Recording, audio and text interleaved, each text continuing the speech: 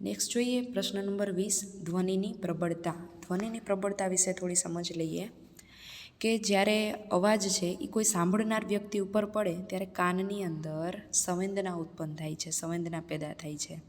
અને કેટલાક ધ્વનિ પ્રબળ અને કેટલાક ધ્વનિ મૃદુ હોય છે. એટલે મિત્રો ડાયરેક્ટ આપણને ખ્યાલ આવી જાય, કોઈ ઊંચા અવાજે બોલતું હોય તો એનો અવાજ છે એ ખૂબ જ જોશથી આપણને સંભળાતો હોય, અને ધીમા અવાજે બોલતું હોય એટલે કે મૃદુ અવાજે બોલતું હોય તો પણ આપણને ખ્યાલ આવી જાય છે. એટલે કે કાન છે એ સંવેદનશીલ છે. ઊંચો અવાજ હોય કે ધીમો અવાજ હોય એને આપણે આસાનીથી સમજી શકીએ છીએ, સાંભળી શકીએ છીએ. તો પ્રબળ ધ્વનિ અને મૃદુ ધ્વનિ વચ્ચેનો જે તફાવત છે એના લીધે શ્રોતાના કાનમાં એટલે કે સાંભળનારના કાનમાં ઉદ્ભવતી સંવેદના વડે નક્કી થાય છે. તેને ધ્વનિની પ્રબળતા કહે છે. કે વધુ અવાજ એટલે કે પ્રબળ અવાજ અને ઓછો અવાજ હોય એના વડે સાંભળનાર વ્યક્તિ છે એના ઉપરથી નક્કી થાય છે કે ધ્વનિ પ્રબળ છે કે મૃદુ છે. હવે એક પ્રવૃત્તિ, નાની એવી પ્રવૃત્તિ આપેલી છે કે ધ્વનિ છે એને એક ચીપિયો છે એને રબરના પેડ ઉપર ફફડાવવામાં આવે, એટલે કે ધીમેથી ફફડાવવામાં આવે તો એનો અવાજ છે એ આપણને મૃદુ લાગશે. અને એ જ ચીપિયો છે એને ખૂબ જ જોરથી રબરના પેડ ઉપર ફફડાવવામાં આવે તો એ અવાજ છે એ ખૂબ જ પ્રબળ હશે, એટલે કે ધ્વનિ છે એ પ્રબળ હશે. ટૂંકમાં બંને પ્રવૃત્તિ આપણે કરી બરાબર. એમાં ચીપિયો છે એને ધીમેથી ફફડાવ્યો તો અવાજ છે એ મૃદુ હશે, અને ખૂબ જ જોશથી ફફડાવવામાં આવે તો અવાજ છે એ પ્રબળ હશે. ટૂંકમાં તરંગમાં વિક્ષોભ પડે છે. જે શાંત માધ્યમ છે એમાં કંપન ઉત્પન્ન થાય છે રબરના પેડ ઉપર ફફડાવવામાં આવે તો, અને કંપન ઉત્પન્ન થશે એટલે કે ધ્વનિ છે એમાં કંપ વિસ્તાર છે એમાં ફેરફાર જોવા મળે છે. આકૃતિની અંદર તમને બે અલગ અલગ આકૃતિ આપેલી છે 12.11માં. ઉપરની આકૃતિ છે એ મૃદુ ધ્વનિ વિશે છે, નીચેની આકૃતિ છે એ પ્રબળ ધ્વનિ વિશે છે. મૃદુ ધ્વનિના તરંગો છે એ તમે જોઈ શકો છો કે એના તરંગો છે એનો કંપ વિસ્તાર છે એ પણ જાણી શકાય છે. કે પ્રબળ ધ્વનિ છે એ લાંબા અંતર સુધી જઈ શકે છે, કારણ કે એની સાથે સંકળાયેલી ઉર્જા છે એ વધારે છે. આપણે જ વિચારીએ કે ખુલ્લું મેદાન છે એમાં આપણે ધીમેથી બોલીએ તો અવાજ છે એ ઓછા અંતર સુધી જઈ શકે છે, અને ખૂબ જ જોશથી અવાજ કરીએ તો એ અવાજ છે એ દૂર સુધી જઈ શકે છે, એટલે કે અવાજ છે એ લાંબા અંતર સુધી જઈ શકે છે. ત્યાર પછી નેક્સ્ટ જોઈએ આપણે પ્રશ્ન નંબર, મિત્રો આ બધા પ્રશ્નો છે 22, 23, 24 એ બધા પ્રશ્નો છે એ તૈયાર કરી લેવાના છે. ઇન્ટેક્સના પ્રશ્ન છે. આપણે 24મો પ્રશ્ન વિશે થોડી સમજૂતી લઈ લઈએ કે તરંગના વેગ વિશે થોડી માહિતી. આ ટૂંકનો છે એ 2 માર્ક્સની અંદર પૂછી શકાય, તો એની વ્યાખ્યા, સૂત્ર એને એટલું લખી નાખવાનું કે માધ્યમના ધ્વનિ તરંગના સંઘનન અને વિઘનન દ્વારા એકમ સમયમાં કાપેલા અંતરને ધ્વનિનો વેગ કહે છે. સંઘનન અને વિઘનન આપણે ભણી ગયા લંબગત તરંગ અને સંગત તરંગની અંદર. તો એના ઉપરથી કે સંઘનન વિઘનન જ્યારે થશે ત્યારે એકમ સમયમાં જેટલું અંતર કાપેલું છે એ અંતરને ધ્વનિનો વેગ કહે છે. તો વ્યાખ્યા ઉપરથી જેનું સૂત્ર બની જશે કે તરંગ વેગ બરાબર તરંગે કાપેલું અંતર અને છેદમાં તે માટે લાગતો સમય. હવે તરંગે કાપેલું અંતર છે એ પાછું આપણે તરંગ લંબાઈની વ્યાખ્યાની અંદર ભણી ગયા, અને સમય છે કોનો એકમ હતો તો કે આવર્તકાળનો, એટલે તરંગ લંબાઈ છેદમાં આવર્તકાળ. તો એના ઉપરથી સૂત્ર બની ગયું કે વેગ એટલે કે v બરાબર લેમ્બડા છેદમાં ટી. હવે એમાં વેગ v છે, v બરાબર એટલે કે ન્યૂ બરાબર 1/t આવૃત્તિ પરથી, એટલે કે વેગ બરાબર તરંગ લંબાઈ એને ગુણ્યા આવૃત્તિ. આ સૂત્ર યાદ રાખવાનું છે અને વ્યાખ્યા પણ યાદ રાખવાની છે. પછી 25મો પ્રશ્ન છે એને બધાની તમને વ્યાખ્યા આપેલી છે, જેના વિશે આપણે વિસ્તૃત માહિતી મેળવી લીધી. તરંગ લંબાઈ છે એને લેમ્બડા વડે દર્શાવી હતી, આવૃત્તિ છે એને ન્યૂ વડે દર્શાવી હતી, આવર્તકાળ એને ટાઈમ એટલે કે સમય ટી વડે દર્શાવી હતી, કંપ વિસ્તાર એટલે કે એ વડે દર્શાવી હતી. એ 4-4ની વ્યાખ્યા, 4-4ના સૂત્ર અને 4-4ના એકમ યાદ રાખવાના છે. પછી પ્રશ્ન નંબર 30 છે, એના વિશે પણ થોડી માહિતી લઈએ. એ ભણી ગયા આપણે, પણ છતાં પણ એક વખત રિવિઝન થઈ જાય કે ધ્વનિની પ્રબળતા અને ધ્વનિની તીવ્રતા વિશેનો તફાવત આપેલો છે. તમને બુકની અંદર 5 તફાવત આપેલા છે, એમાંથી કોઈ પણ 4 તમે લખી શકો છો. કે ધ્વનિની પ્રબળતા છે એ પ્રબળ ધ્વનિ અને મૃદુ ધ્વનિ વચ્ચેનો તફાવત છે નક્કી કરે છે. કાનની અંદર જે સંવેદના અનુભવીએ છીએ એનો તફાવત જે સર્જાય છે એ ધ્વનિની પ્રબળતા ઉપર આધાર રાખે છે.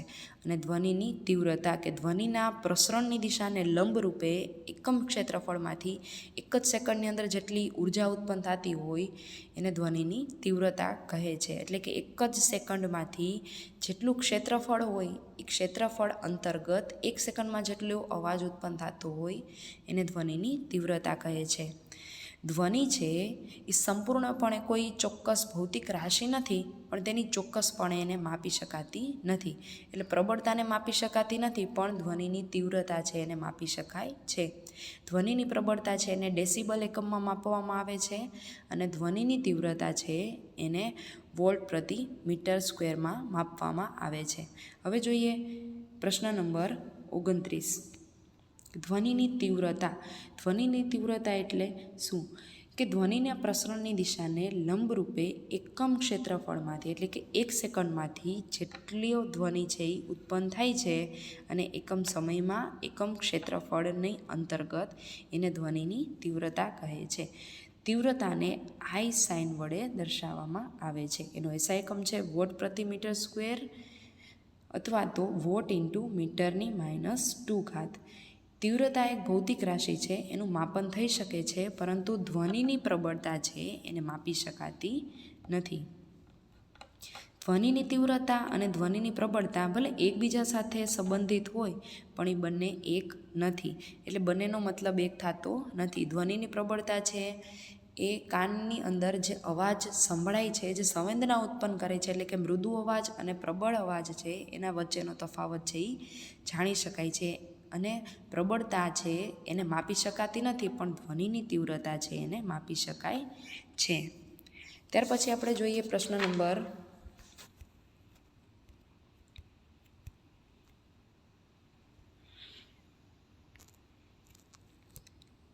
33મો પ્રશ્ન. ધ્વનિ તરંગના કિસ્સામાં પરાવર્તનના નિયમો. ધ્વનિ તરંગના 2 નિયમો છે પરાવર્તનના, કે આપાત કોણ અને પરાવર્તન કોણ સમાન હોય છે. આપાત કોણ અને પરાવર્તન કોણ અહીંયા આપેલી આકૃતિ પરથી આપણે સમજી શકીએ કે એક ટેબલ છે, ટેબલ ઉપર 2 પુઠ્ઠા રાખેલા છે અને એના ઉપર બાજુમાં એક ઘડિયાળ રાખેલી છે. હવે તમે જુઓ કે કોઈ સીધી સમતલ સપાટી હોય, સીધી સમતલ સપાટી ઉપર સૂર્યપ્રકાશના કિરણો પડે, બરાબર, તો એ સૂર્યપ્રકાશના કિરણો સપાટી છે એને લંબરૂપે જે ખૂણો બનાવે એને આપાત કિરણ કહેવાય. અને જો સપાટી છે એ પરાવર્તક સપાટી હશે, એટલે કે એમાં પારદર્શક સપાટી નહીં હોય, એ કિરણો છે એ આરપાર પસાર નહીં થઈ શકે અને ત્યાંથી જ કિરણો છે એ પાછા પરાવર્તન પામશે. તો સપાટીને લંબરૂપે જે ખૂણો બનાવે એને પરાવર્તિત કહેવાય છે. ટૂંકમાં આકૃતિની અંદર તમને આઈ આપેલો છે એ આપાત કોણ કહેવાય, અને આકૃતિની અંદર તમને આર આપેલો છે એને પરાવર્તિત કોણ કહેવાય. ટૂંકમાં આપાત કોણ અને પરાવર્તન કોણ છે એ સમાન હોય છે, અને એટલે કે આપાત ધ્વનિ, આપાત બિંદુ અને પરાવર્તન સપાટીએ દોરેલો લંબ છે એ પરાવર્તિત ધ્વનિ છે, આ બધું એક જ સમતલમાં હોય. મિત્રો, એક ઉદાહરણ તરીકે એક બંધ ઓરડો હોય, એ બંધ ઓરડાની કોઈ એક દિવાલ, એની સામે બેસી તમે અવાજ ઉત્પન્ન કરો છો, એટલે કે ધ્વનિ ઉત્પન્ન થાય છે એ દિવાલ સાથે અથડાશે. દિવાલ સાથે અથડાશે એટલે કે આપાત થશે. આપાત થઈ એની જે સપાટી છે એને લંબરૂપે વળી પાછું ત્યાંથી પરાવર્તન થશે, એટલે કે પરાવર્તન પામશે. પરાવર્તન પામશે આ ટૂંકમાં આપાત કિરણ, આપાત કોણ, પરાવર્તિત કિરણ, પરાવર્તન કોણ, આ બધું એક જ સમતલમાં હોય છે. આ 2 નિયમો છે, આ બંને નિયમો 2 માર્ક્સની અંદર પરીક્ષાની અંદર પૂછાઈ શકે છે. હવે જોઈએ પ્રશ્ન નંબર 34. પડઘા વિશે સમજૂતી આપો. પડઘો એટલે શું? તો મિત્રો આ તો તમને ખ્યાલ જ હશે કે ખાલી કે કોઈ બંધ ઓરડો હોય અને ત્યાં જઈ આપણે જોશથી બૂમ પાડીએ તો પહેલાં આપણો અવાજ સંભળાય અને ત્યાર પછી પરાવર્તન પામેલો અવાજ છે એ સંભળાય છે. એટલે કે બંધ ઓરડો હોય ત્યાં જઈ તમે બોલો કે હલો હલો, તો આપણો અવાજ 2 વખત સંભળાય છે, પણ ત્યાર પછી 4 થી 5 વખત છે એ હલો હલો હલો આવો અવાજ છે એ સંભળાય છે. આને જ કહેવાય છે પડઘો. ટૂંકમાં પરાવર્તિત ધ્વનિ હોય એને પડઘો કહેવાય. કે મૂળ અવાજ છે એ આપણે એવું બોલ્યા કે હલો, તો એ મૂળ અવાજ થયો. એની પાછળ પરાવર્તિત ધ્વનિ એટલે કે હલો હલો 2 થી 3 વખત જે સંભળાય છે એને કહેવાય પડઘો. ટૂંકમાં શ્રવણ શક્તિનું વિલંબન, કે જે સાંભળીએ છીએ એ એક વખત જ બોલેલું હોય એ જ આપણને સંભળાય છે. એમાં પણ વિલંબ આવે છે કે એક વખત બોલ્યા હોય છતાં પણ 2 થી 3 વખત આપણને અવાજ છે એ સંભળાય છે. ટૂંકમાં આપણા મગજમાં ધ્વનિની સંવેદના છે એ 0.1 સેકન્ડ સુધી રહે છે. ટૂંકમાં એ સમયગાળો એનો ચોક્કસ છે.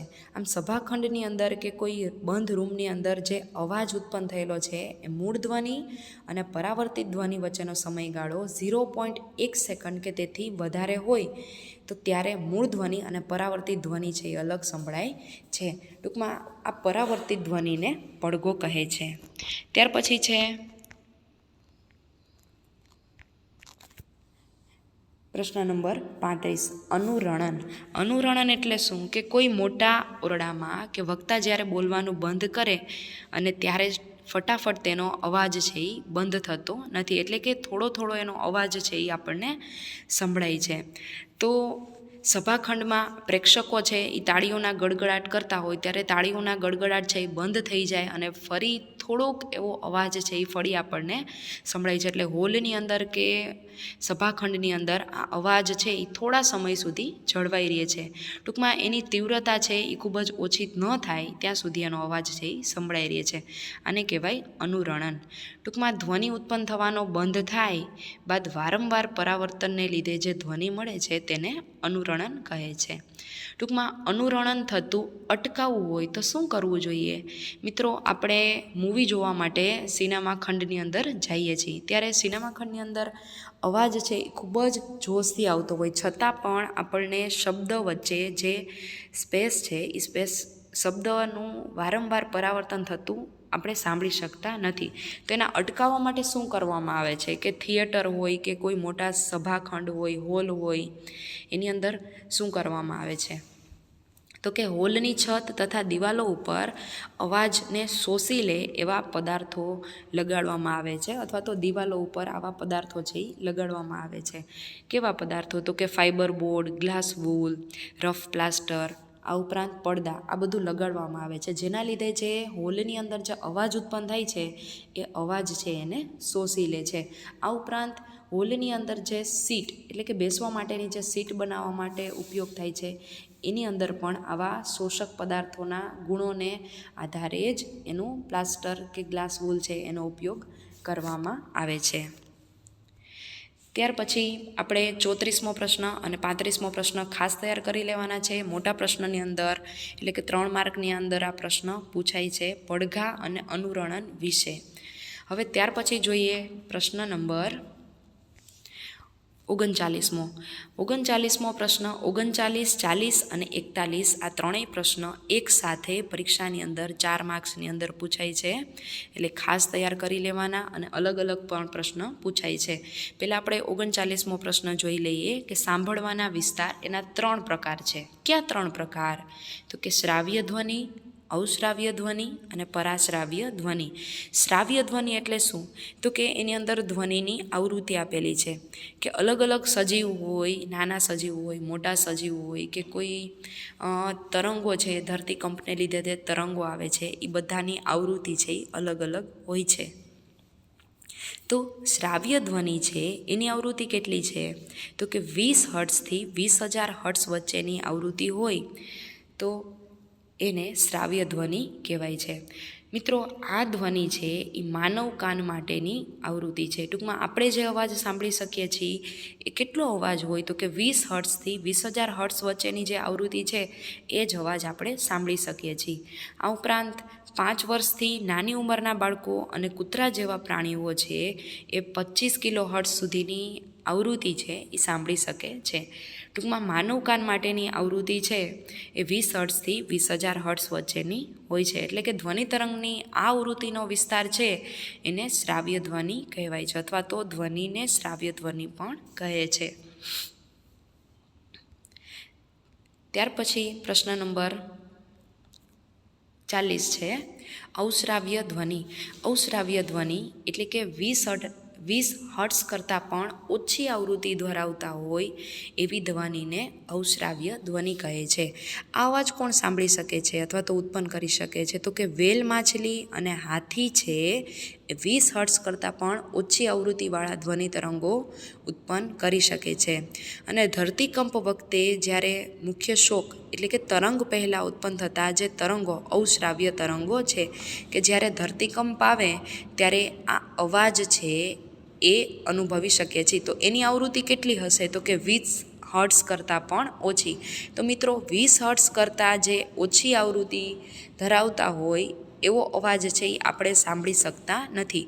તો આપણે કેટલો અવાજ સાંભળી શકીએ છીએ? તો કે 20 હર્ટ્ઝ કરતાં 20,000 હર્ટ્ઝ વચ્ચેનો જે અવાજ છે એ જ આપણે સાંભળી શકીએ છીએ. પછી ગેંડો.